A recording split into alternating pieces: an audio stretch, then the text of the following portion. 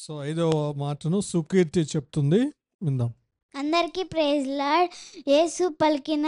యేసు సిల్వలో పలికిన 7 మాటలు.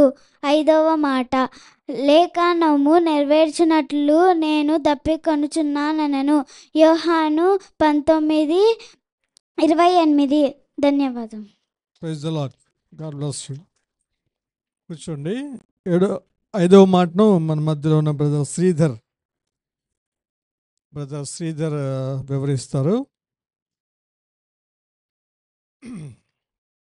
శ్రీధర్ ఫాస్ట్గా ఇన్ టైంలో ముగిస్తారు, చూడండి కావాలంటే. లాస్ట్ టైం కూడా అట్లా చేశాడు, ఆయన త్వరగా ముగించాడు. Thank you for this opportunity. మొట్టమొదటిగా దేవునికి స్తుతులు స్తోత్రాలు చెల్లిస్తూ ఈ అవకాశం ఇచ్చినటువంటి పాస్టర్ గారికి, సంఘ సభ్యులందరికీ, మరి ప్రభువైన యేసుక్రీస్తు నామములో మీ అందరికీ వందనములు. నాకు ఇచ్చినటువంటి అలాట్ చేసినటువంటి మాట, ఐతోస్, నేను దప్పికొని ఉన్నాను.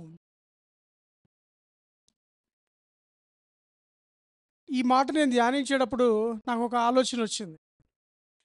ఆశ్చర్యకరుడు ఆశ్చర్యపడుట అన్న టాపిక్ నేను ఒకసారి వేరే టాపిక్ మెడిటేట్ చేస్తూ ఉంటే ఇది గుర్తొచ్చింది. నా వద్దకు వచ్చిన వాడు నేను ఇచ్చి నీళ్ళు త్రాగడు ఎన్నడూ దప్పికొనను అన్నాడు ఆయన. ఈయన దప్పికొనడం ఏంటి? Do you got the point? ఆశ్చర్యకరుడు ఆశ్చర్యపడటం ఏంటి? ఆయన వద్దకు వచ్చి దప్పికి తీర్చుకోమని చెప్పిన ఆయన దప్పికొనడం ఏంటి? మాట అయితే చాలా చిన్నది, కానీ దీన్ని లోతుగా చేస్తే చాలా బాగున్నది. ఇట్స్ వెల్ స్పిరిచువల్లీ డిపెండ్ అనమాట. ఇది బైబిల్ కామెంటేటర్స్ ఈ వాటిని ఏమంటారంటే ద వర్డ్ ఆఫ్ డిస్ట్రెస్. ఐఎమ్ థోస్ట్ అన్న మాటకి ఐథోస్ట్ అన్న దానికి చాలామంది Bible commentators the word of distress అంటారు. యాక్చువల్గా ఈ సిలువ మీద పలికిన మాటలు అన్నిటిలో ఆయన కొరకు పలికినటువంటి మాట, I mean his physical need నిమిత్తం ఎక్స్ప్రెస్ చేసిన మాట ఏదైనా ఉన్నది అని అంటే that is the only one word, I thirst. అది కూడా ఎందుకు? ఆ విజయపు కేకను వేయటానికి he expects. No doubt is 100% man and 100% God. ఆయన పరిపూర్ణమైన మానవుడుగాను భూమి లోకంలో జీవించున్నాడు, ఆయన పరిపూర్ణమైన దేవుడుగాను ఉన్నాడు. అయితే ఈ దాహం విషయంలో యోచన చేసినట్లయితే దేవుడు దేని నిమిత్తము అంత దాహం కలిగి ఉన్నాడు? Simple thing. ఈ లోకంలో ఎంతోమంది మినిస్ట్రీ చేస్తున్నారు, ఎన్నో పరిచయం చేస్తారు, but purpose is only one, none should perish. Purpose is none should perish. ఏ ఒక్కరు కూడా నశించిపోవటం ఇష్టం లేదు. దేవుని యొక్క దాహం ఏంటంటే he want to pour out his love and mercy. ఆయన దయను, ఆయన కనికరమును కుమ్మరించాలని దేవుడు కోరుకుంటున్నాడు. కుమ్మరించాలని దేవుడు కోరుకుంటున్నాడు. మరి మనకు తెలిసినటువంటి వాక్య భాగము, సమరయ స్త్రీ ఆయన్ని కలుసుకున్నప్పుడు ఆమె సోషియో ఎకనామిక్ స్టేటస్ని గుర్తించి ఆయనకి నీళ్ళు ఇవ్వటానికి సందేహించింది. అసలు ఆయన తలుచుకుంటే ఎక్కడైనా కూర్చుని ఏదైనా, I mean he can drink nicely pure water. ఆ వ్యక్తి దగ్గరికి వచ్చి ఇంటరాక్ట్ అవ్వాల్సిన అవసరం ఏంటి? We should understand the purpose of Jesus Christ came into the world. యేసుక్రీస్తు వారి లోకంలోకి ఎందుకు వచ్చారు పర్పస్ అనేది గుర్తించాలా. Seek and save the lost. He came to seek and save the lost. ఇది ఆయన దాహం, ఇది ఆయన దాహం. ఆయన ఏదో ఒక మా ఎండలో ఒకటి, ఇట్ ఈస్ ప్యూర్లీ కరెక్ట్. మండు టెండలో ఆ యొక్క జెరూసలేం వీధుల్లో ఆయన భయంకరంగా ఈడ్చి మరి తీసుకెళ్ళిన సందర్భంలో ఆయన ఎంతగానో వేదన పడ్డాడు. సో ఫిజికల్గా ష్యూర్లీ ఆయనకి దాహం అనేది అవుతుంటుంది. అయితే దాన్ని ఇంటర్నల్గా ఆలోచన చేస్తే దాని ఉద్దేశం ఏంటంటే his thirst for the perishing souls. His thirst for the perishing souls. స్కాట్లాండ్లో ఒక మిషనరీ, ఆమె పేరు మేరీ స్లెస్సర్. మేరీ స్లెస్సర్ అనే ఆమె 12 ఏళ్ల వయసులో మరి ప్రభువుని తెలుసుకోవటము, చాలా పూర్ ఫ్యామిలీ. ఫాదర్ వచ్చేసరికి కాబ్లర్, మదర్ వచ్చేసరికి మంచి భక్తురాలు. మరి వారి యొక్క పెంపకంలో ఆమె డేవిడ్ లివింగ్స్టన్ యొక్క లైఫ్ని ఎంతో ఇన్స్పైర్ అయింది. ఆమె డేవిడ్ లివింగ్స్టన్ యొక్క లైఫ్, సౌత్ ఆఫ్రికాలో పనిచేసినటువంటి మిషనరీ, ఆయన యొక్క బుక్స్ చదివినప్పుడు ఆమె ఎంతో ఇన్స్పైర్ అయింది. మరి డేవిడ్ లివింగ్స్టన్ చనిపోయిన తర్వాత నెక్స్ట్ మినిస్ట్రీ కంటిన్యూ చేసినటువంటి ఆమె. ఆ thirst we need the Christians, we need the Christians. మరి మానవాళి పట్ల యేసుక్రీస్తు వారికి ఉన్నటువంటి దాహం ఏమై ఉన్నదో మనం గుర్తించాం. వాట్ ఈజ్ అవర్ రోల్, మన పాత్ర ఏమై ఉన్నది అనేది కూడా మనము యోచన చేయాలా. ఈ లోకంలో ఉన్నటువంటి దాహాలు వేరు, మన దాహాలు వేరు. దావీదు అంటాడు కదా, సామ్ చాప్టర్ 42 వర్స్ 1లో, కీర్తన గ్రంథం 42 అధ్యాయం 1-2 చూసినట్లయితే, దేవా నా దేవుడు నీవే, వేకువనే నిన్ను వెతుకుదును, నీ బలము నీ 42వ కీర్తన. నీటివాగుల కొరకు ఆశపడినట్లు దేవా నీ కొరకు నా ప్రాణం ఆశపడుచున్నది. నా ప్రాణము దేవుని కొరకు తృష్ణగొనుచున్నది, జీవము గల దేవుని కొరకు తృష్ణగొనుచున్నది. తృష్ణగొని ఉన్నది అనే మాటకి అర్థం మనము longing for the lord, thirst for the lord, seeking his presence. ఆయన సన్నిధికి రావాలన్న తృష్ణ కలిగి ఉండాలా, ఆయన సన్నిధిని వేకువజాని వెతకాలన్న ఆశ కలిగి ఉండాలా, దేవునితో సహవాసం కలిగి ఉండాలని అట్టి తృష్ణ కలిగి ఉండాలి. This is the thirst what God expects from us. ఇది దేవుడు మన నుంచి ఆశిస్తున్నది. అంతే కదా, ఆయన ఆలోచనలు ఎరిగి ఆయన అడుగుజాడలో నడుచుకోవాలని దేవుడు కోరుకుంటున్నాడు. చూడండి, why do Jesus told I thirst, నేను తప్పికున్నాను ఎందుకని అని అన్నాడంటే ఆ మాట లేఖనంలో నెరవేర్చబడాలని. అందుకే కాదు కానీ మనల్ని నిత్య నరకాగ్ని నుంచి తప్పించాలని. ఇప్పుడు లాజరు, ధనవంతుడు, ఇద్దరు వ్యక్తులు ఉన్నారు ఇక్కడ. ఈ ఇద్దరు వ్యక్తుల్లో ఎవరు హ్యాపీగా ఉన్నారు? చివరిగా చూసినట్లయితే ధనవంతుడు అంటాడు కదా, తండ్రి అయిన అబ్రహామ లాజర్ని పంపి ఏమన్నాడు ఆయన? ఒక గ్లాస్ వాటర్ పంపించమన్నాడా? జస్ట్ 1 డ్రాప్ అని అడుగుతాడు. అక్కడ ఏమంటారు? అక్కడ నోవే అంటారు. ఏమంటారు అక్కడ? నోవే. అది ఎటర్నల్ ఫైర్, ఇది ఎటర్నల్ హెవెన్ అని ఉంటుంటుంది. అది దీనికి దానికి వే అనేది చాలా కష్టం, అది అగాధం. ఇటువంటి వాటి నుంచి మానవాళిని తప్పించాలని దేవుడు కోరుకుంటూ ఉన్నాడు.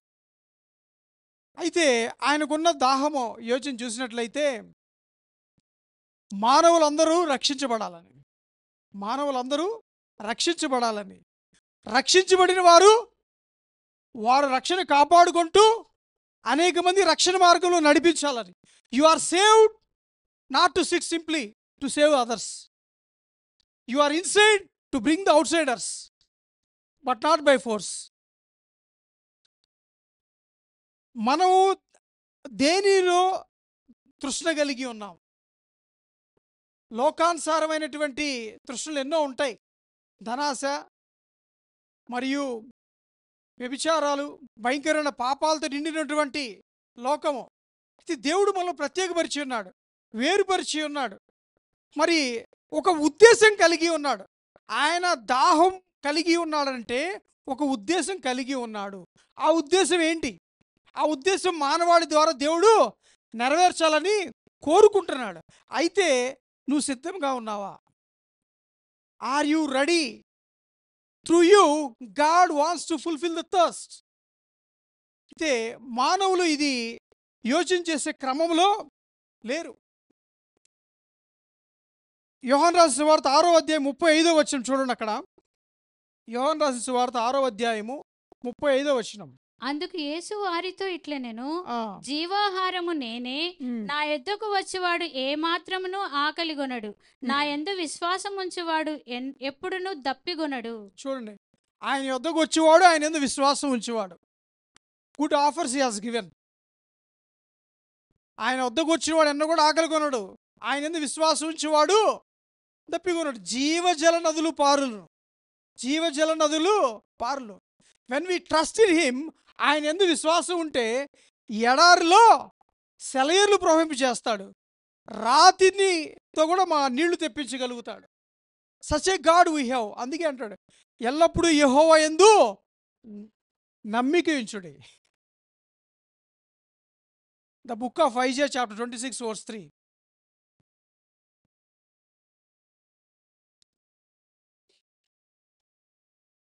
రెవల్యూషన్లో ప్రకటన గ్రంథంలో ఒక మంచి మాట చూస్తాం. అక్కడ 7వ అధ్యాయము 16-17 వచనంలో, no hunger, no thirst, no sunlight, no sunstroke. ఏముంటాయి అక్కడ? వారికి ఇక మీదట ఆకలి అయినను దాహమైనను ఉండదు, సూర్యుని ఎండ అయినను ఏ వడగాలి అయినను వారికి తగులదు. Then what we have? మరి 17వ వచనం చూసినట్లయితే, ఏలైనగా సింహాసనం మధ్య నుండి గొర్రెపిల్ల వారికి కాపరి అయి జీవజలముల బుగ్గ యొద్దకు వారిని నడిపించును. దేవుడే వారి కన్నుల నుండి ప్రతి బాష్ప బిందువును తుడిచివేయును. చూడండి, the Lord will lead you to the still waters, springs of living water. అంతేకాదు, he wipe away every tears of the man. కానీ ఆయన యొద్దకు రావాలని అట్టి తృష్ణ కలిగి ఉండాలి. ఆయన యొద్దకు రావాలని అట్టి తృష్ణ కలిగి ఉండాలి.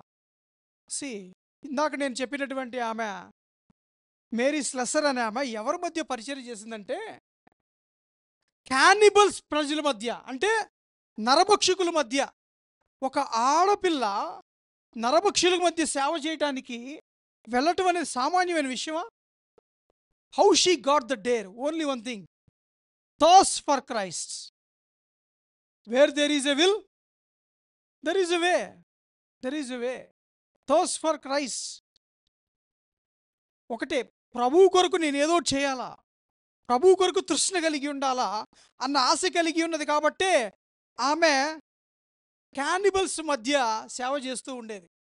ఆమె మొదటిగా పరిచర్యలోకి వెళ్ళకముందు, సౌత్ ఆఫ్రికా నైజీరియా ప్రాంతంలోకి వెళ్ళకముందు అనేక మంది పిల్లల దగ్గర పెట్టుకొని స్లమ్ ఏరియాలో ఉన్నటువంటి వాళ్ళ దగ్గరికి వెళ్ళి సువార్త చెప్పి వాళ్ళని ప్రభువులోకి నడిపించేటప్పుడు, ఆమె మరి 24 వయసప్పుడు తిరిగి సౌత్ ఆఫ్రికా వెళ్ళే ప్రయత్నంలో ఉన్నప్పుడు ఆ పిల్లల్ని ఎవరు చూసేవాళ్ళు లేరు. వాళ్ళని తీసుకెళ్ళింది ఆమె. ఒకటే అంటది, lord, I cannot follow in my way, but you make me to follow your way అంటది. నా వరకైతే అది అసాధ్యముగా ఉంటుంది, కానీ నువ్వు నాకు తోడుగా ఉంటే అది సాధ్యముగా ఉంటుందట. లీడ్ మీ అంటది. అంటే ఆయన నడిపించాలి అని మనం ఆశ కలిగి ఉండాలి. ఈ leads to the still waters అంట. కీర్తన గ్రంథం 143వ అధ్యాయం 6వ వచనం ఒకసారి చూసినట్లయితే, అక్కడ Psalm 143 verse 6, నీ తట్టు నా చేతులు చాపుచున్నాను, ఎండిపోయిన భూమి వలె నా ప్రాణము నీ కొరకు ఆశపడుచున్నది. వేటి కొరకు మనం ఆశపడుచున్నాం? Before I close, I want say one thing. In him there is everything. ఆయనలో సమస్తము ఉన్నది. ఆయనలో సమస్తం ఉన్నది. ఆయన వద్ద వచ్చిన వారికి ఏమాత్రం త్రోసివేయడు. ఆయనలో మనకి ఏది కావాలన్నా దేవుడు మనకు కలుగు చేస్తాడు. In him there is everything. So మనం ఆయన వద్దకు రావాలా, ఆయన్ని ఆశ్రయించాలా, ఆయన మీద ఆధారపడాలా, ఆయన చిత్తాన్ని నెరవేర్చాలా. లోకాన్ని ఆశ్రయిస్తే, లోకాన్ని వెంబడిస్తే మనకేమీ రాదు. ఏముంటుందంటే నిత్య నరకమే. 1 John chapter 2 verse 17 అంటాడు. 1 యోహాను 2:17లో, లోకము దాని ఆశయు గతించిపోవును, దేవుడి చిత్తాన్ని జరిగించేవాడు నిరంతరము నిలుచును. యేసుక్రీస్తు వారు సిలువ మీద ఆయన తప్పికొనడానికి కారణం ఒకటే, తండ్రి యొక్క చిత్తాన్ని నెరవేర్చడానికి ఆయన తీర్మానం చేసుకుని ఉన్నాడు. He was completely committed to the father. ఆ కమిట్మెంట్ ఉన్నది కాబట్టే మధ్యలో ఆయనకి ఏమైనా ఇచ్చారా? ఎక్కడైనా ఉందా? ఓ బటర్ మిల్క్ కానీ బిస్లరీ వాటర్ కానీ ఇచ్చిన దాఖలాలు ఉన్నాయా? ఏమీ లేవు. ఏమి ఇచ్చారు ఆయనకి? వెనిగర్ ఇస్తారు. వెనిగర్ ఎందుకు? ఆ పెయిన్ని తట్టుకోవడానికి. కానీ ఎక్కడ కూడా దాన్ని కూడా you don't want to have it. You don't want to have it. 100% man, 100% God, దేవుడు అని దేవుడు యేసుక్రీస్తు వాడు అక్కడ రుజువు చేసి ఉన్నాడు.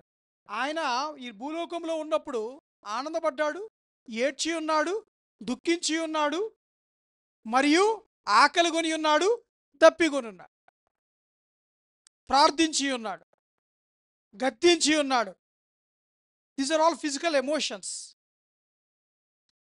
దేవుడు ఎటువంటి దప్పిక కలిగి ఉన్నాడనేది దేవుని బిడ్డలుగా మనము గుర్తించాలా.